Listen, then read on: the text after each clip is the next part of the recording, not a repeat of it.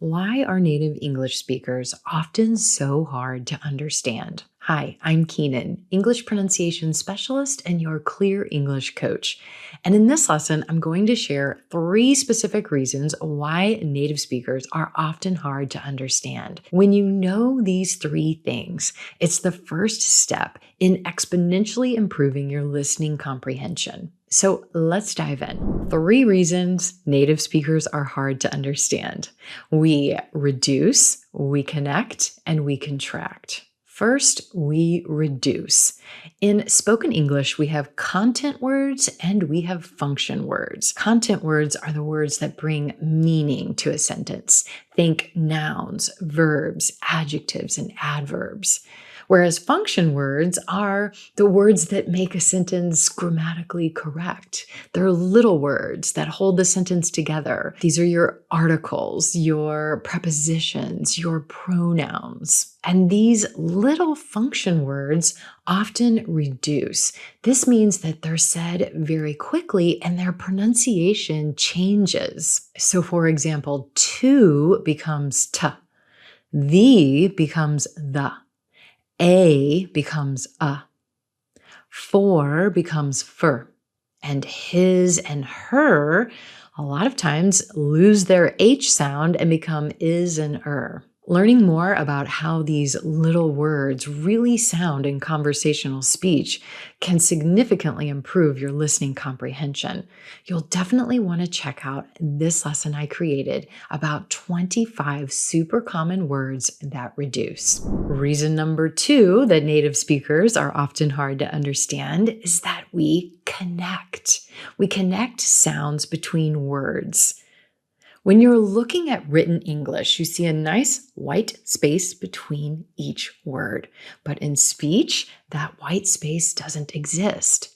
Instead, the ending sound of one word flows into the beginning sound of the next word. So talk about becomes talk about. Great idea becomes great idea.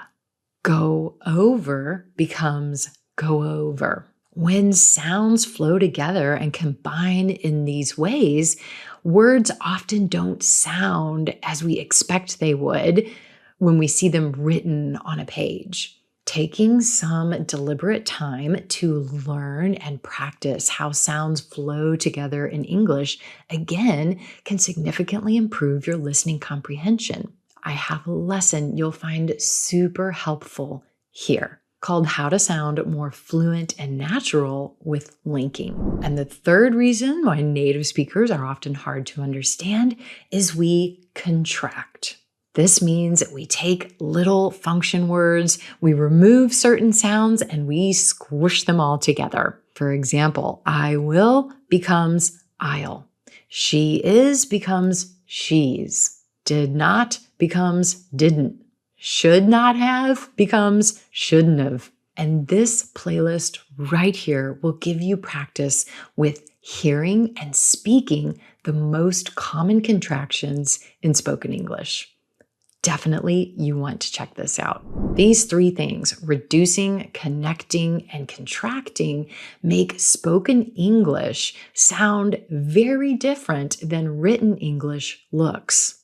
So a sentence like, you could not have known about his fear of small spaces becomes, you couldn't have known about his fear of small spaces. It would have been wonderful to know that in advance becomes, it would have been wonderful to know that in advance. The great thing is when you become aware of things like reductions and connections and contractions, and you understand how spoken English differs from written English, you can train your ears to listen in a whole new way. And with intentional practice, you can exponentially improve your listening comprehension. And one more lesson you'll definitely want to check out is this one, where I talk about how to improve your English listening in 3 simple steps. All right, my friend, I hope you found this helpful, and I have links to the lessons I've mentioned in the notes below. As always, thanks so much for tuning in, and I'll see you next time.